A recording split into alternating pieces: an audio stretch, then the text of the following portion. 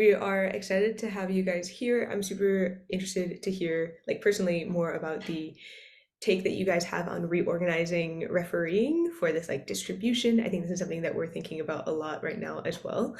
So I want to hear more and see how you guys are thinking about that because it's been kind of a question that we have, and then also some of the sense of like, all right, how do you actually interrupt the way it's happening? Because that's a big gap as well. Um, and otherwise, Eric, you can take it away. Well, thank you, Ellie, and I'm excited to be here. I'm a really big fan of DeSci Labs and DeSci Foundation. I have been listening the past few days to not all, but to a lot of the previous conversations, and they really helped me think, and I'm excited that so many people are working in this space.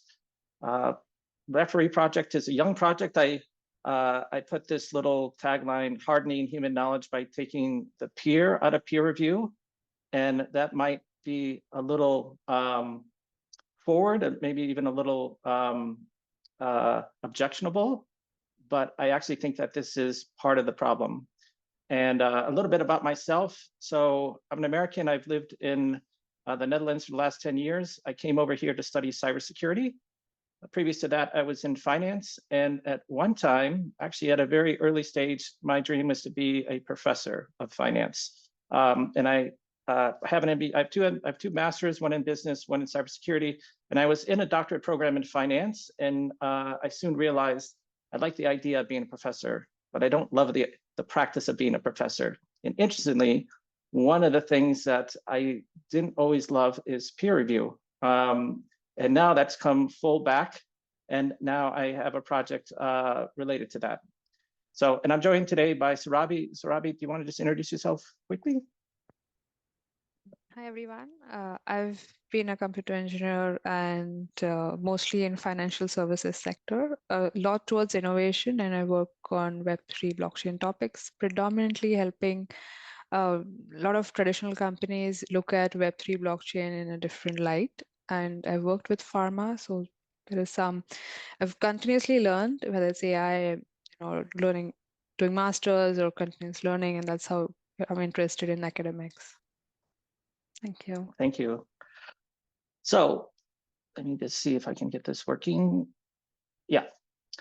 So the core proposition is that, and I know I'm preaching to the choir here, that there are many flaws in the current peer review system, and basically the incentive system in academia.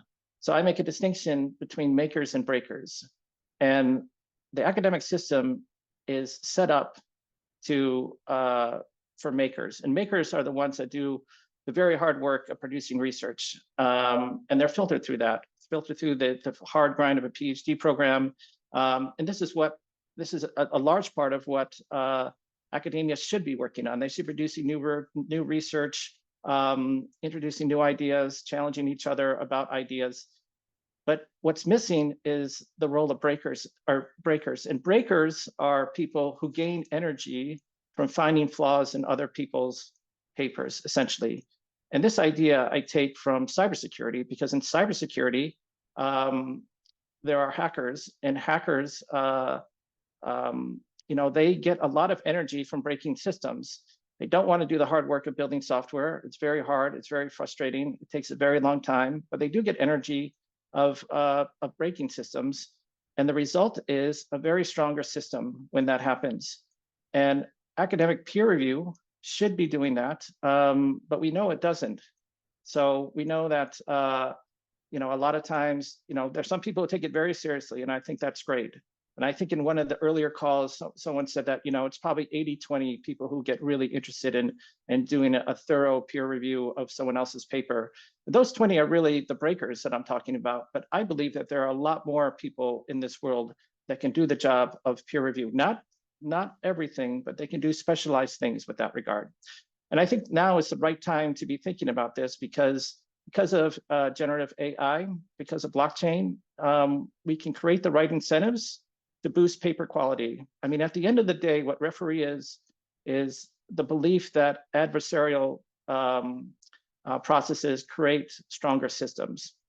And right now, I feel that academic peer review and some of the other ideas is that it's not realizing its full potential because it's still gated. So very simply, and I just want to put this right up front. Right now, the process is on the top. The current process, someone submits a manuscript, it goes to a journal, it's reviewed hopefully by 2 or more reviewers. They take back that feedback and improve the paper, and then it's published. There's already problems there because a lot of times when people get their feedback, they will just submit it to another journal. So that's one thing. But yeah, a lot of times these reviewers also judge whether this paper is important enough to be in that journal. And I'm suspicious about that. I think, whether it's important or not probably has a lot to do whether it fits with their research agenda. And so a lot of papers are not seeing the proper light that they deserve. But once it's published in a paper, that's when the status is locked. And I believe that there is a lot, academia, I think people go into academia for many of the right reasons, but academia is very much a status game, especially at the higher levels. The status is locked if you get published in the, the Journal of Finance or in Nature. A lot of status is going to come your way. And the status will change over time, but it's, when a paper is retracted or when people have doubts about that paper, that's often very tacitly held among the experts.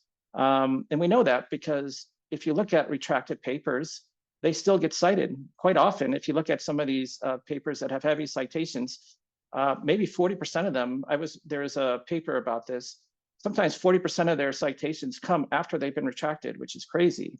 But for an outsider to understand how reliable a paper is, you really need to be in the system, and you have to know about sites like Retraction Watch or Crossref and these other places.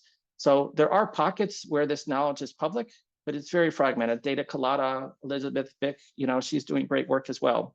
So on the bottom is how referee imagines the system, whereas that you go straight to preprint, you just make it public, and then the status of that paper evolves over time based on a reliability score, which I'll just talk about in a little bit. So it's published first, then it's reviewed, and that review basically lasts indefinitely. Now, of course, if you improve the paper, that process starts again. But it's really about just putting the papers right out in public, and eventually to get rid of the whole gated journal process. So I don't want to spend a lot of time on this because you're already very much aware of the problems within the system. And again, the key point is that the peer review process takes a very long time. As they say, by the time your paper is published, you already hate it because you've moved on. At the second time, what I talked about, there is an aesthetic and interest about not always about rigor, but you can have a paper that is very sound and correct, but at the same time, it's not deemed important enough, and that paper will just never make it into a journal, or at least a premier journal. And then again, it's compromised by status bias. So when I know just in my field of finance, if a Nobel, to get into the Journal of Finance, it always helps if you have a Nobel Prize. That paper is probably going to go through, whereas people coming up have a much more difficult time getting into these gated communities. And right now, I see a very limited role for breakers. In the US especially, there are, depends on the domain, but anywhere from 5 to 19 newly minted PhDs for every academic opening. And where do these people have to go? And I think some of these people can use their expertise to start pointing out flaws in papers, but they can't get, you can't make a career on that right now. Right now, basically you have to find another career. Yes, you can contribute by doing review papers, at DeSci labs, at research labs. You can do that, but I really want to basically build a career, just like they've done in cybersecurity with hackers. You can make a career just by and contribute to the curation of human knowledge just by pointing out flaws in papers. So referee brings together the makers and the breakers. It is based on bug bounties. So bug bounties is different than just a bounty system. So it's not just a bounty to review a paper. So what you need in that is that you need to have what's called a common research weakness enumeration. So in software and cybersecurity, they have a common vulnerability weakness system, and it's a taxonomy of what the flaws are. And when you have a bug bounty program, you are very specific about what type of flaw that you care about. So it's a completely different model than a lot of the other approaches I see out there. So other people want to just pay reviewers for their time. So that's more of a labor theory of value. And sometimes that person will over deliver and earn their keep. Other times they will under deliver, and it's very hard to know whether that's the case. What are the problems? They may point out flaws in the paper that you really don't worry about. So with a bug bounty system, you can actually prioritize which bounties you want to be found. And this is done in the real world. And I will also say in cybersecurity, both systems work alongside each other. So pen testers or ethical hackers, they still do the work on a per hour basis. And they have bug bounty programs that take the approach that referee is. And they serve different purposes and they have different levels of expertise, but it's not that one is going to take over the other, because I definitely think in some fields, outsiders probably cannot contribute. And it will really be insiders, and you'll have to pay for that expensive knowledge. Another key thing about the referee protocol is the concept of a reliability score. So this reliability score will basically be a score from 1 to 100 about how reliable the paper is. And that also points back to the common research weakness enumeration. But you'll instantly know why this paper has the score it does, because you will see what bounties have been claimed. Maybe it wasn't properly blinded. Maybe the statistical tests were weak. Maybe they misinterpreted the p-value in some way, but you will know very instantly. You don't have to read into the review itself, and it makes it very quantitative. Now, I know very well that this is going to raise flags. So but I'll talk about that later, how offensive it is to judge the quality of a paper based on a single number. And I will tell you right now that it will be flawed. And if I have my dream and the world comes and this system just takes off in 20 years, that reliability score will be flawed. We're never going to have a perfect reliability score for quality. I think what I would like is that we have multiple different versions of reliability scores, so you can have different lenses on how reliable something is. But the goal is not perfection. We know it's going to be wrong. We'll throw it out to the world, and there's a saying: if you want to get an answer from the internet, don't ask a question, just post the wrong answer, and you'll be corrected. And that's what I want to do with this reliability score. I want to put it out there, and people will say that's completely wrong, and then the response is, well, come help us make this better. But going back to your marketing question, and we'll go back to later, that's one of the ways to generate essentially controversy, to get the right people in this program and to get them to care. So other characteristics of referee is that right now, we don't intend to have an ecosystem token. We're not going to create a referee token. The bounties will be paid in a stable coin, or if a reviewer wants to be paid in an existing cryptocurrency like Bitcoin, that's fine. We just think that these ecosystem tokens, yes, you can do a lot of things with them, but they also come with a lot of problems. So there's increased regulatory scrutiny. I believe that they attract all the wrong types of people, speculators. The value of these go up and down, and when it crashes, your project is basically done. And people want to, I believe that people want to get paid, that they can, pay their rent and pay their taxes in these things. There is a future consideration for a reputation token. I don't believe the right standard exists, or a token standard exists yet for what we envision. So what would that be? So reputation can be earned and it can be lost, but I don't think it can be traded. So I don't think you can buy reputation tokens. I don't think that's the right way to go. I do believe, and this is in the distant future, that you can stake your reputation on other papers. And in fact, I would encourage this. And this is part of the process of pulling out that tangible knowledge that exists among experts and making it public. So if you have your reputation and you had to stake it on a paper that you believe is reliable, that's more evidence. Again, that's extracting that knowledge and making it public.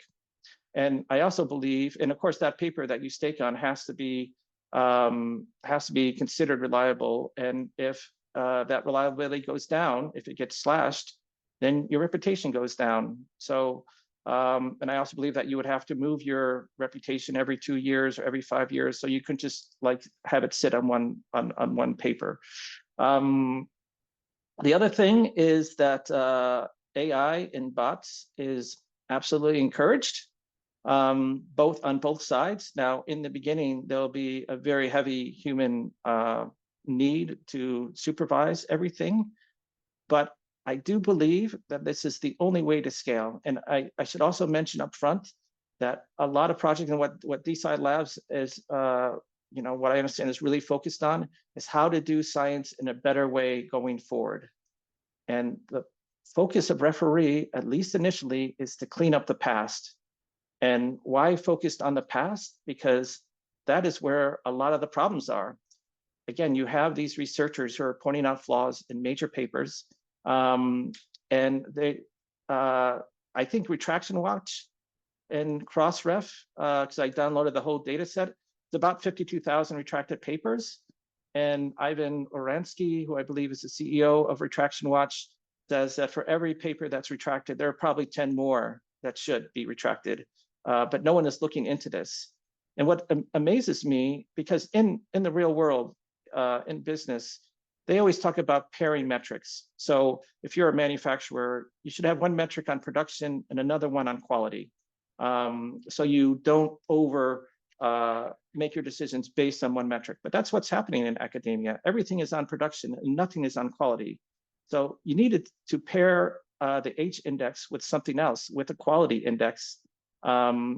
And I think that will improve science. It'll improve academia in general, and it'll be controversial. But like I said, I would like to have a discussion within the community about what makes a paper reliable.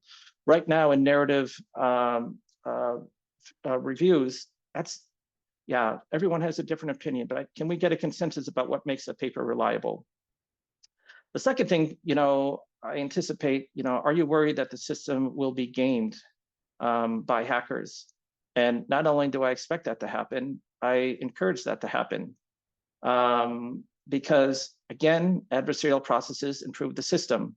So it's if someone, for example, is planting flaws in their papers and then claiming bounties on them, okay, we need to fix that somehow.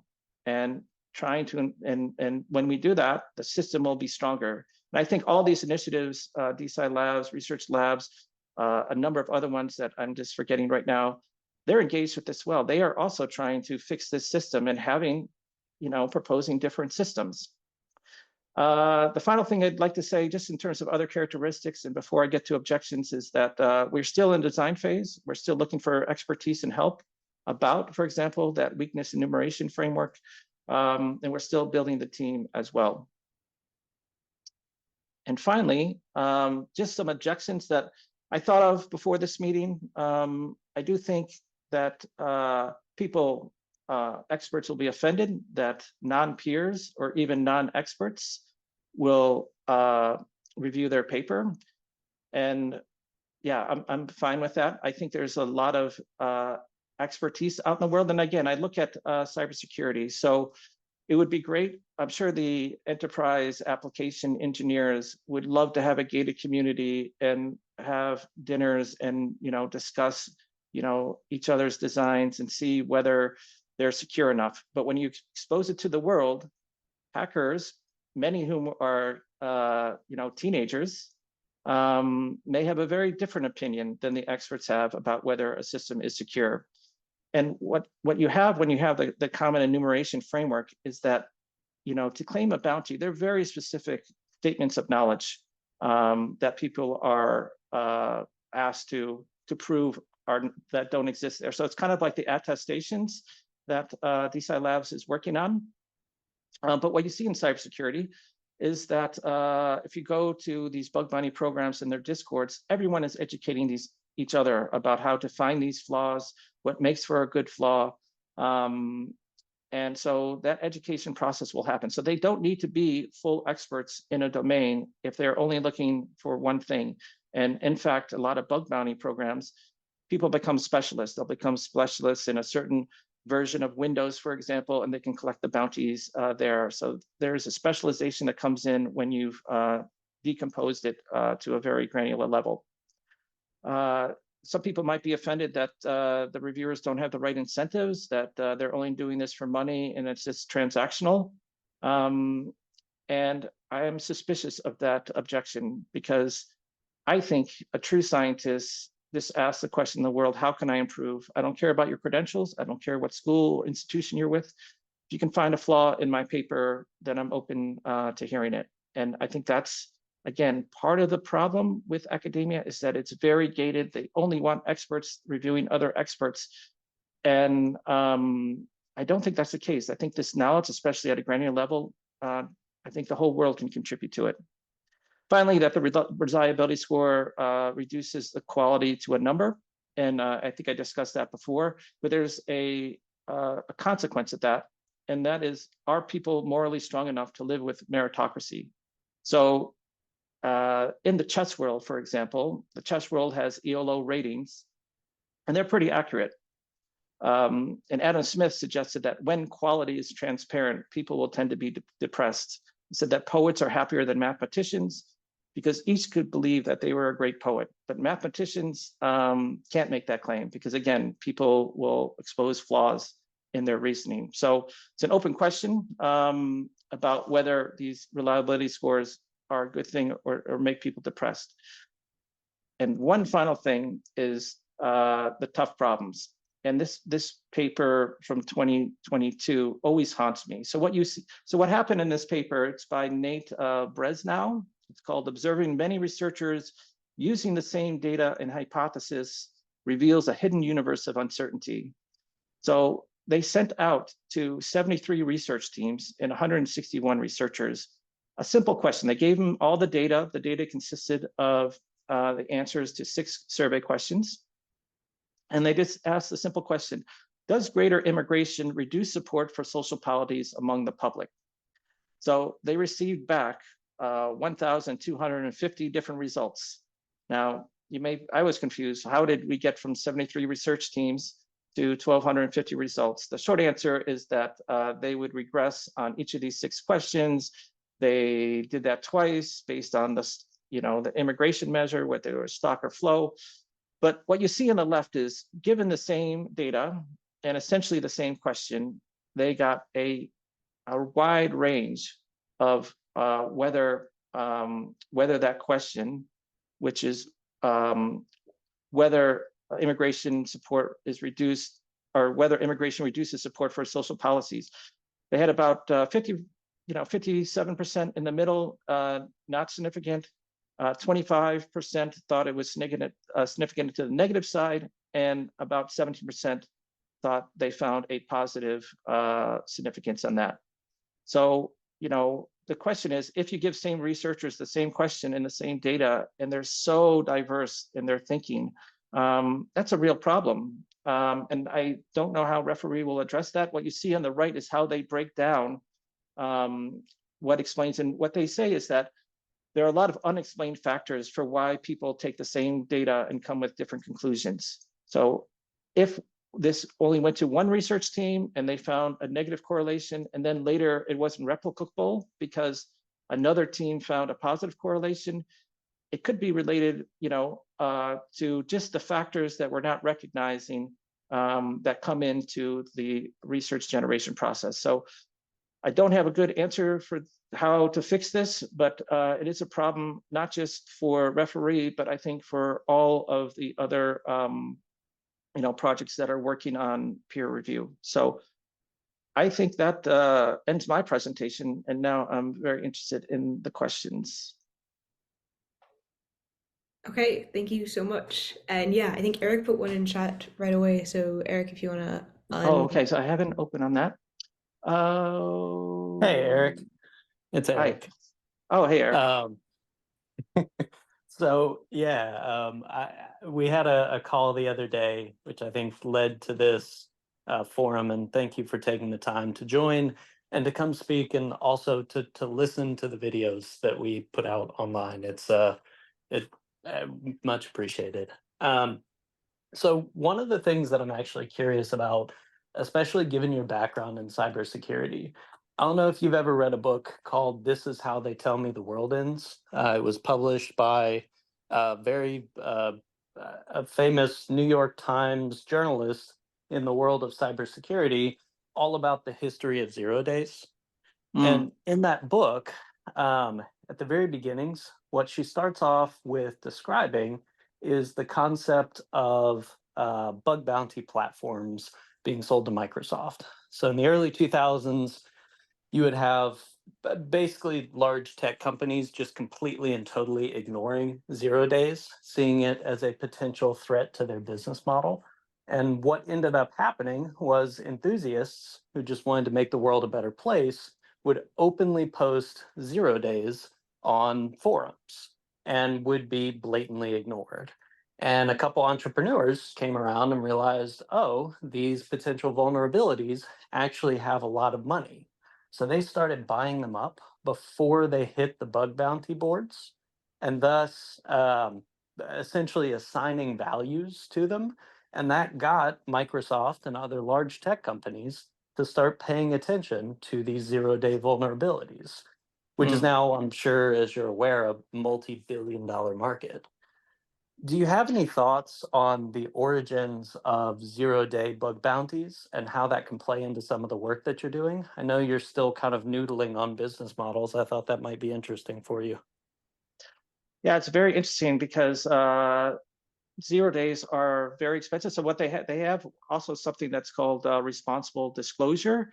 So you can submit, I think Apple has an existing, and I probably have this wrong, so don't quote me on this, that there's $1 million bounty if you can basically gain root on an iPhone, and it hasn't been claimed in like 10 years. It's very strong. Now, if you did have that bounty, you can claim $1 million. But the reality is, a lot of nation states would be interested and probably pay you $10 million for that 0 day. So, when I think of a 0 day, just breaks the entire system. So to me, the 0 day for academia would be, yeah, you've pointed out a flaw so critical in the paper that it basically has to be retracted. Not only be retracted, so it's an open question about how bad does a paper have to be retracted. If there are some flaws, if there's some plagiarism in it, is it retracted even though the paper is correct and sound? I don't know. It's an interesting question. Like, what if I was going to put that on a reliability score? How low does that number have to be before it to be retracted? Yeah, you ask really interesting questions, and I always don't have the right answers, but I think about them and I respond to them later. But I think it's a very interesting question about 0 days and pricing. And I'm trying to think if there's an analogy of like a nation state analogy, which would say, hey, listen, you can collect that bounty, but it's actually the market value. If we're going to put it in the dark market, probably is a lot more. I hope there isn't a dark market for academic flaws. But one other thing, I don't think it has to be. Oh, sorry, yeah. If I may interject, there definitely would be in mathematics, especially surrounding encryption. That would be a definite area for that. Yeah, so interesting thing about encryption and cryptography, what I really like about what DeSci is doing, I mean, if you're not familiar with the Kerckhoffs principle, in cryptography, the Kerckhoffs principle says that security of a system, a system security, everything should be known about a cryptographic system except the secret key, essentially. And what DeSci Labs is doing is saying, okay, we're very public about our methodology. We're very public about our data. Now, what's the secret key? The secret key that you can't take out of people is their creativity. It's their expertise. So you can put all this knowledge and people can attack it, but they can't take away your novel insight into a domain. So I think that's what DeSci is working for, and it fits with the Kerckhoff principle. So that's why I'm really a big supporter of that. I just ran around to all the bookshelves in my house to try and find the actual book. I'll email you a link to it, but the first couple chapters might really be interesting. Okay, I appreciate that. Yeah, thanks a lot, Eric, for coming presenting at our seminar. I've always been, I totally agree with you regarding adversarial, red teaming, scientific research. I think there's great examples out there. Like there's this person called Elizabeth Bilk, who just spent her life finding fraud, right, at large scales in Western blobs and other fields of biology. Because people are very unsophisticated in their frauds, and they just like copy paste little pieces of images, pretending that they've run an experiment, which is very, very successful. There's another place called Publon, I think it was Publon, who used to be like where people would log in anonymously and start, saying, well, this is full of fraud, right? But I don't want people to know it's me because that's going to have repercussions for me, right? And these are like these post-publication peer review platforms, right? One of the big issues when it comes to scientific publishing is actually the absence of metadata failure is a feature, it's not a bug. Why? Because the people that pay our scientists, they pay APCs to get their journals published. And part of that social contract is, thou shall not shame me, right? And that means you will not put into the open the bad stuff you say about my paper, right? And that's one of the reasons why there's so little open peer review happening. It's just that scientists don't want it, right? They don't want people to say bad things about their work. Actually, they want to have, that's also why there's very inefficient submission resubmission systems, right? You'd think, well, you've done peer review once, you could like send it out to 15 journals. No. People have tried that and failed miserably because it turned out 1 or 2 negative peer reviews just shuts down your paper on 25 different journals, and nobody wanted that, right? One of the reasons also is that peer review, the inter-rater agreement is so low that scientists know that it's a roll of a dice, right? Because of the low inter-rater agreement, right, that happened. So they don't want to play the game, but well, what they don't want to do is project to the outside world that these peer reviews are final and objective around their work, because everyone knows it's not the case, right? Everyone who's in the business knows, but the rest of the world doesn't know necessarily, right? So that's also kind of a stress point, right? So figuring out the right balance between in the right consent model around this, around limiting the metadata of failure, around creating a system that nonetheless improves the quality of scientific record, it's really not trivial, right? Because you think now with the move to open access and all the negative second order effects of that on the incentives of people, because now mega journals, they serve the scientists as clients, right? And they're essentially just like, I like this expression, how we say like, when the US dollar, they start printing dollars, you say prestige, you say like the printer goes at the Fed, it's the same with prestige printers, right? So mega journals and like the flood of journals that we have, it's also like the prestige printers out of control, right? So it's a really tough problem to solve. How can we create, red teaming like the client needs to be different. It can't be the scientist, right? Because the scientist has no interest in being red teamed, right? Fundamentally. Like they do have an interest, but it has to be private. It cannot be public, right? Then perhaps there's a way to say, well, how about after 24 months, it becomes public, right? Maybe something like that. Maybe we can think about like delays and times around where red team reports can become public. There's also scientists that might feel more comfortable with like a much more consensual approach where you need the editor to say, yes, review can be made public. The reviewer says, yes, my review can be made public. And then the researcher on the other side says, yes, my review can be made public, right? So yeah, really, really, I think tough problems. And I think there's 2 classes of problems, right? Another thing is peer review does not catch fraud. Like when you feel fraud in a paper, like I've reviewed papers and I'm like, yeah, this is p-hacked through and through, right? And I'm just like, I'm not going to write in my peer review report that like, this is full of p-hacked stuff. Like, there's no way you do this, right? This is like committing a form of like anathemia. You're not supposed to question these things, right? There's like a taboo, there's a social taboo around it, right? It's almost like there's a class of problems or like a class of fraud essentially that needs to happen really post-publication, right? It needs to be done in a like anonymous, highly protected manner. And it also has to provide, you know, opportunities for defense, right? Because you might be slandered and accused wrongfully of things, right? So I think these are like really tricky questions in general. So I would say this, that I agree with you that in some domains of academia that there's not a culture of open criticism. And that's why I really believe that change has to come from without the system, because the incentive system, if you're in the system and you've worked hard in the system, it's going to be very hard to change. It's going to be very hard to change. It's not going to happen overnight that people are not going to, because yeah, departments are not going to change the tiered journals that you need to publish in to become an assistant professor or to become like an adjunct or a full professor. So that's one of the reasons why I want to take it outside. Anonymity will help in terms of the submitters, but yeah, and I think it will be offensive to people. But if you put it in a preprint repository, there's all this raw material in preprint repositories. If you put it in a preprint repository, or if it's made public after publication, I think it's fair game for the public to comment on that. So yeah, for pre-publication, that may be a different story, but that's where referees really focus on publicly available papers. Yeah, do you know like Publon took off the day they had the feature that was like check a box for anonymous? Like No, Publon I didn't was know that. dead. It was like completely dead platform for the longest time until one day they added, okay, you can be anonymous. And then you had like someone come in and said, this paper is full of fraud. And of course, people love to follow scandals, right? So they all went on Publon to see what was happening. And then it just took off. Then it was the place for like scientific whistleblowing, right?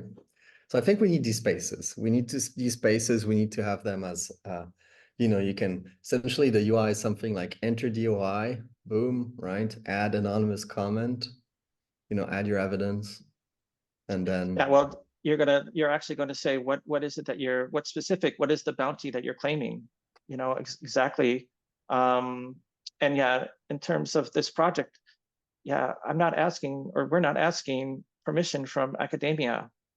That's simple. You know, if we did, we'd never go anywhere. So and this goes to the marketing question, you know, how does this paper attract attention?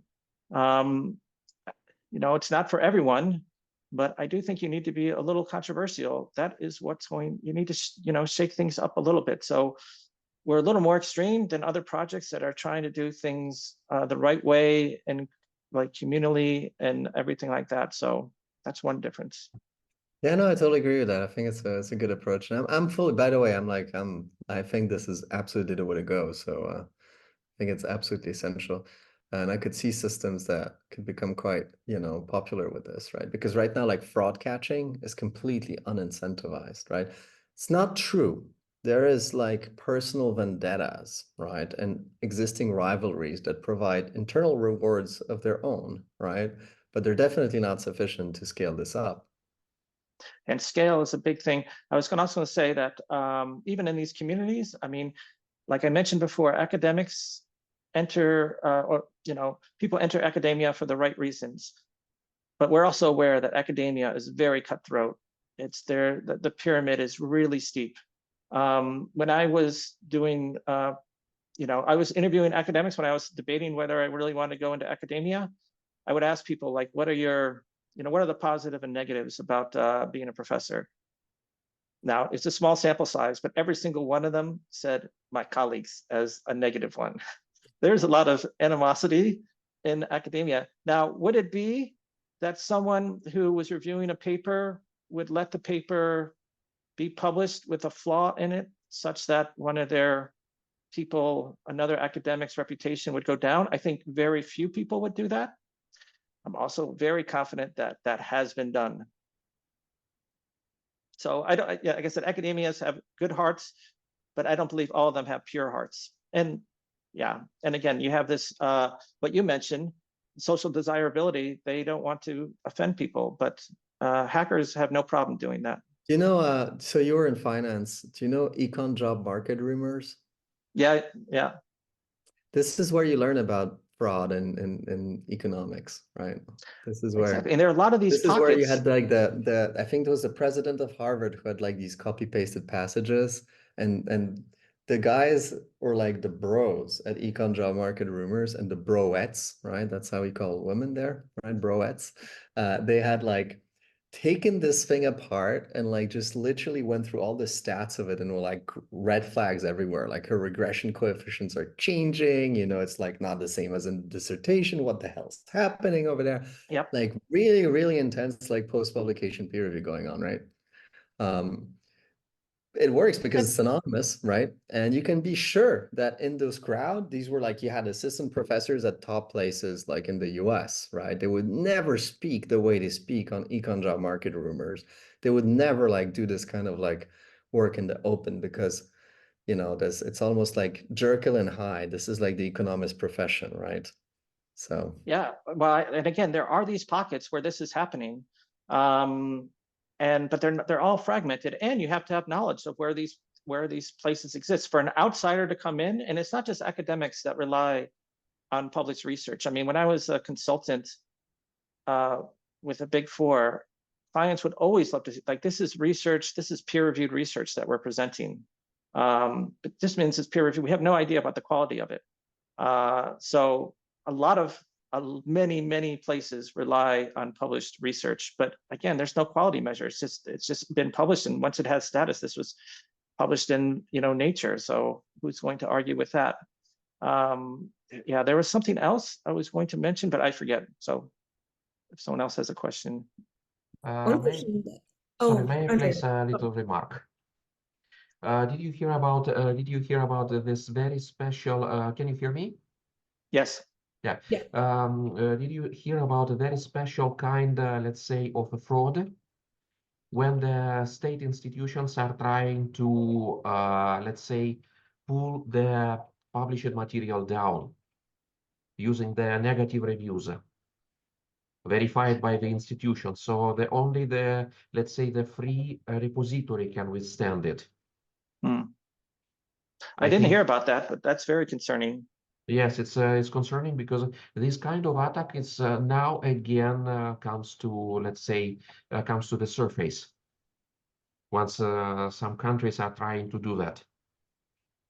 And that's why I think blockchain is the right place to build this platform on, because it's essentially, that's one of its strengths. It's impossible, very difficult to censor.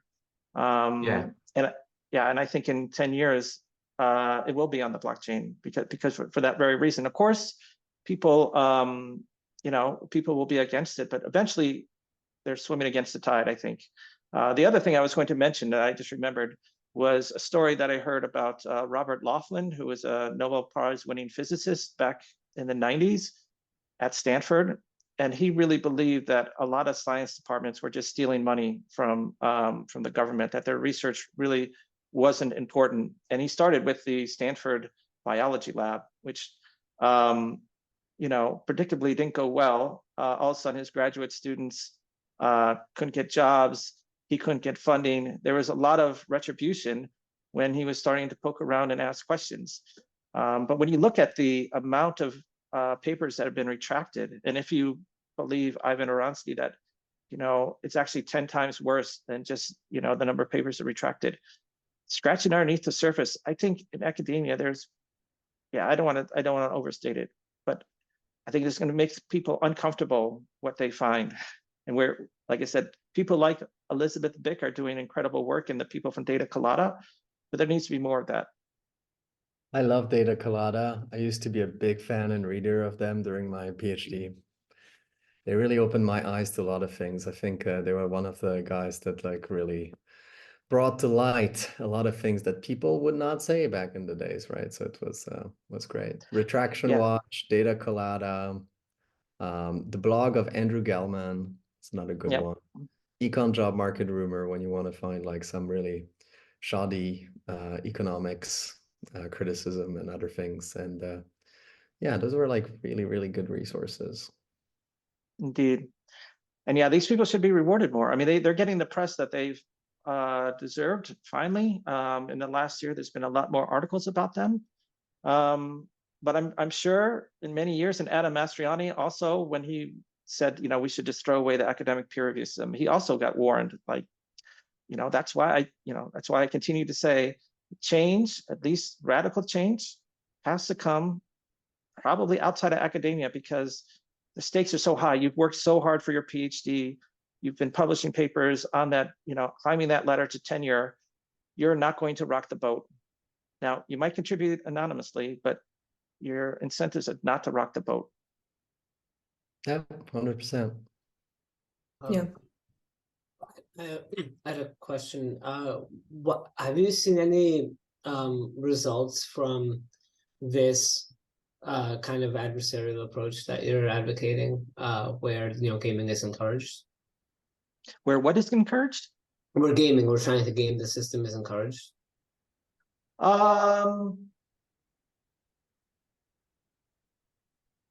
Yeah, I mean, I could argue that where gaming the system is encouraged. I mean, in itself, hacking is kind of gaming the system. It's, but I'm sure, and we're trying to recruit an expert who has set up a bug bounty company to become an advisor, because there are a lot of hard lessons that they would have to do. So one way to game is that people would submit bugs for the same claim or the same vulnerability, but it's worded a little differently. So you can double collect on bugs, for example. I can also see a system where, again, someone plants like a little Easter egg, a little flaw, very, very nuanced flaw that they're able to find. I don't know the history of that well of how these bug bounties companies have dealt. What are the issues that they've dealt with gaming? But I am very confident, because these bug bounty firms attract hackers. I'm very confident that has been gained, and they've learned a lot of hard lessons just improving the system. And I just know, for one thing, for academic peer review, these claims of paper weakness or unreliability have to be as specific as possible and as unambiguous as possible. It will not be possible, for all domains and all paper weaknesses. But again, I'd like to have that discussion, and I think we can really progress science by having that discussion and saying, we consider this unambiguous and that not. Have you seen have you had any results from this setup yet, or is this something that's in progress? Oh, this is in progress. As I mentioned, this is still pre-seed. We are trying to get in the position to be ready to go for funding and ready to actually approach some. I mean, I did approach actually Elizabeth Bick. She declined. She said she got approached all the time to be advisors. But our goal right now is at the end of April to be ready to go for funding, and that involves being a little more concrete in some of the processes and really defining, also having a proof of working concept, and then people can invest possibly, pre-seed phase and things like that. And I mentioned earlier, and I just want to get back to it. I'll try to do it very quickly about the use of AI bots. I absolutely believe that they play a role, and it's absolutely necessary to scale the system, especially what we want to do, which is clean up the past first, the past and the present first. For one thing, AI has passed, well, they haven't officially passed any Turing test, because the Turing test, but if you can't tell whether it's a human or an AI bot, yeah, I mean, that's telling. So, and again, if we make these bounty statements very unambiguous, then I think it doesn't matter if it's a human or an AI that does it. But you need the AI to scan all these papers and maybe do a pre-assessment. And then on the other side, can they approve bounties or approve a claim and say, yeah, this actually meets the criteria? I think the answer is yes. These generative AI they're consensus machines. And I actually created a GPT just on shelling points. So if you're not familiar with shelling points, it's just a solution to a coordination problem when people cannot communicate. And I think other platforms like Aragon, they have jurors and they have to pick the shelling point. And I'm like, well, why not just use AI? Because AI will give you a shelling point pretty good, and I've tested it. So I don't think in the beginning this will happen, but I think going forward, and there'll have to be auditors, so you have to watch the watchers. But I do think bots will play an increasing role in this, but it cannot solve everything. Right, and you said that you're looking for people to try to game the system right now? You're looking for companies or individual contributors, or what are you looking for? Yeah, so we're looking for new team members. We're looking for advisors. Sarabi was the first one that joined me. It's the first face that that agreed to go in this project. But she also has another job, and there are other people on the project that also have full-time jobs. I'm completely on this, so I'm actually looking for another full-time co-founder to run with me with this. There's a lot of work to do and get this out there. So yeah, developers especially, and yeah, we still have to, and we still need expertise about, for example, what blockchain to put this on, because MEV would kill this project in a second. If I can front run you on a claim, no one is going to participate. So MEV is one of my major concerns. And yeah, because the shelling point would be built on Ethereum. It's the most battle tested and all that, but it has a big MEV problem. And I know there are many, I think it'll be solved. And I know there are many projects working on this problem, but the choice of chain to start with is something, even though I try my best to keep up with all the chains, I don't know what chain is best. Well, every chain is bound to have MEV. Traditional finance has MEV. It's an inevitability. Yeah. But it doesn't need to be that much of an existential issue in your case. Well, I mean, there are projects like Osmosis has an encrypted mempool, which and not only encrypted in terms of wallets, but also the size of the transactions. I agree with you that MEV, it's basically high frequency trading. You just jump in front. But in high frequency trading, you're basically doing a sandwich attack. Whereas what I'm worried about is just completely swapping out your wallet address for my wallet address and claiming it. No, that's not going to happen. But you'd get definitely sandwich, counter sandwich, and all these things. The traditional stuff, everything that happens in the traditional high frequency trading world happens in the MEV world. And yes, encrypted mempools and things like that are attempting to mitigate this somehow. But yeah, no, what are you really about the user facing approach? What is going to be the how do you get qualified people to kind of claim these bounties, and figuring out the whole policy layer, because there's a big mechanism policy layer to this that and I think there's a lot of inspiration from bug bounties again to be had. I do think it's a bit trickier in the world of science because you move away from objective facts to some degree.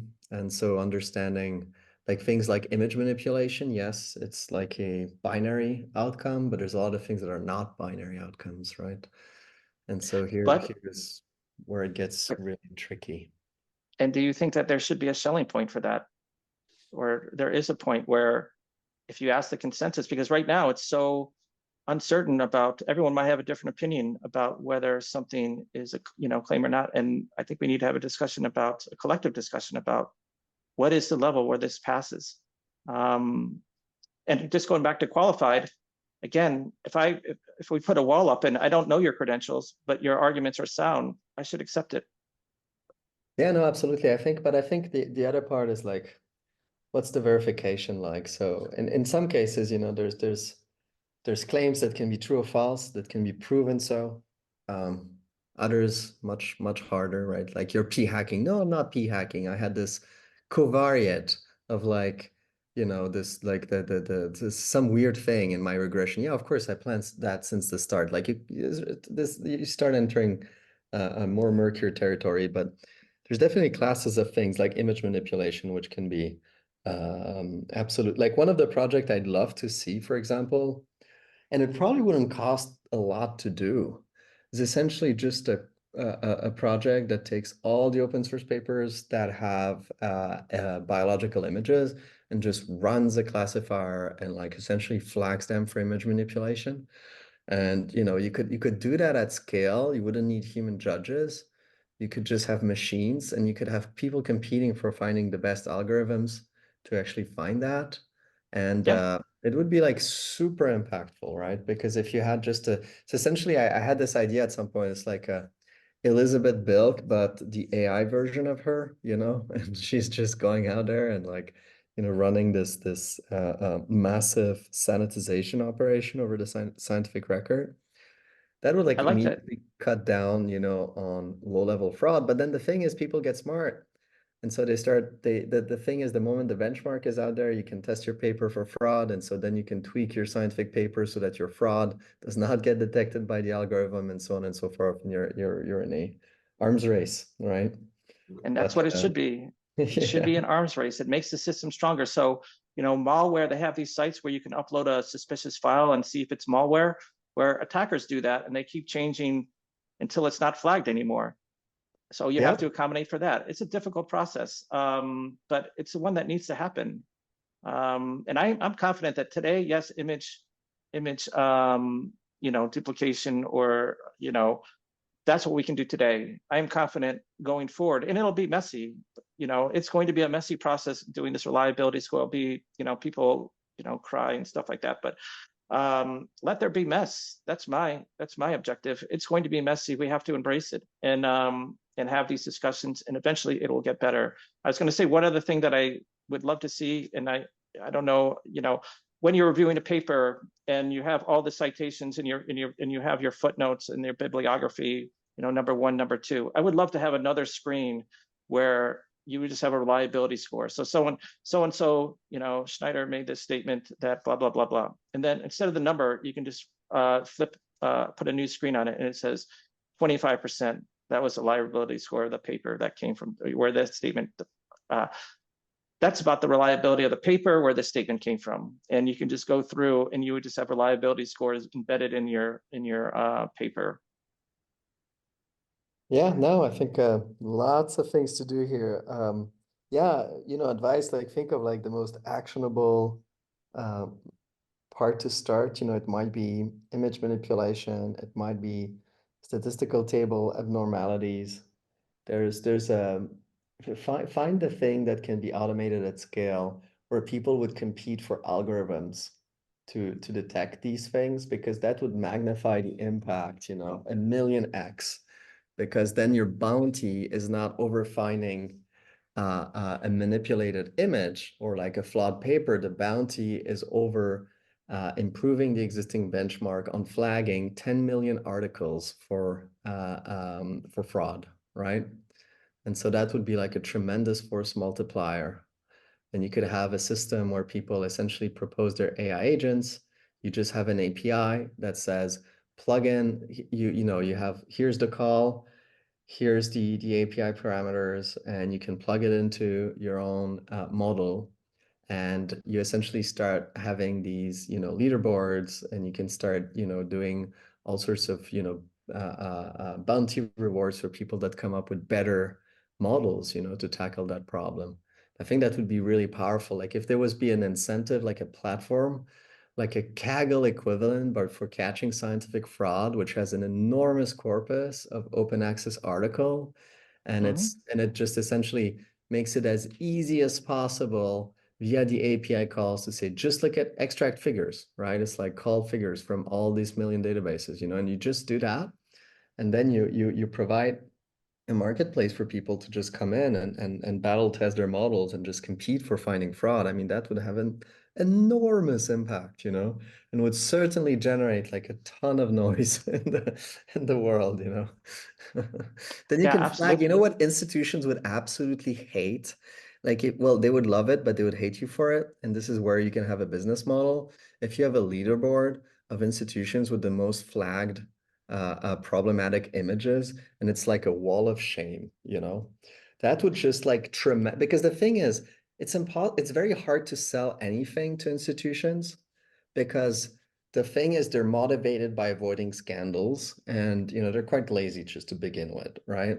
So, but the thing is, if you do put them on a shame totem of who's the most scandal is Department of Biology, I guarantee you the next day they'll call you. They'll be like, what can we do to take ourselves off? It's like, well, you can't, but here's, the solutions we bring to your institution so that you can avoid increasing your rank any further. And they'll be like, yes, we need this now.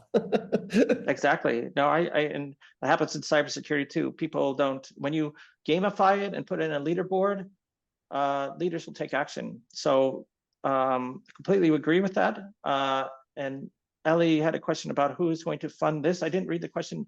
Yeah, that's a question that we get a lot. I do think that some place like the National Science Foundation, long term, it's not going to be our first approach, but if you are funding research, you should reserve 10 or 15%. I don't think, I don't think it needs to be a 50-50 split. I think if you 85, even 90% goes to new research and 10% going to checking it, I think that's I don't know what the counter argument would be, because you want value for your money, you need to have it validated. And right now the validation system doesn't work.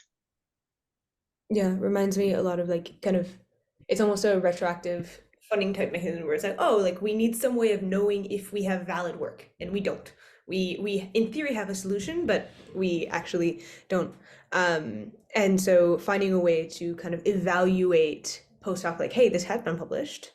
Now we know that it should, we know that there should be some system that is not just saying it should be checked, but that actually incentivizes it. So definitely agree with that, and kind of like being like, you are funding. I think there's been a lot of hacks and kind of frustration around grants recently where they're like, oh, we're just throwing money and we're spending a lot of money evaluating it, and we're very ineffective at evaluating if something will be valuable, if it will be good, and all of these things going forward. So maybe this is kind of another, like, kind of the zeitgeist, another thing to build on, is that sense of like, all right, let's go check in the back. Also, as a note, we are over time, so if people want to head off, feel free. But otherwise, I think Erik's got a question, so we can jump over to there if Erik and Sarabhi, you're still free. I can stay longer. Okay. This is the last one. I do have to jump to the next call right after. Do you think that you could start out with a small $20,000 grant, whatever it is, from let's say a pharma company, to find them, let's say, 3 different pieces of tacit knowledge around specific molecules that they give to you for pieces of work that don't replicate? And I also, by the way, I do love Chris's thoughts on the leaderboard of image manipulation. It's a network effects problem. How do you get enough traction to that the universities actually call you? And you may want to consider a legal co-founder with all of this, but regardless, starting off with pharma companies who lose money to non-replicable work might be interesting. I don't know what their incentives look like towards that, though. How much money they actually lose to work that doesn't replicate or has been falsified. But I mean, from there, you're trying to incentivize a two-sided marketplace. If you've got one of the two and the side with money, things become a lot easier. Just a thought. I really appreciate the suggestion. I think I think we'll definitely explore that. And yeah, in the beginning, it'll be validation. Like getting any of the money, I think it would be good validation. And I'm agnostic about the funding source. So we were thinking foundations because it's a VC. This is a nonprofit kind of project. I don't expect to become a billionaire from this project or even a millionaire. So I'm agnostic about where we should get funding from. So I think in pharmaceuticals, I know they're previous clients. They have some good money and a lot of waste. It could be put to better use. Let's put it that way. I was going to say that the Retraction Watch has a top 10 most egregious researchers, but I don't think it stopped them. But I think they're also in places where it's not as much as a status game. I think in the US, it would be a much different thing if you started putting very high, very prestigious universities and started ranking them. Yeah, no, absolutely.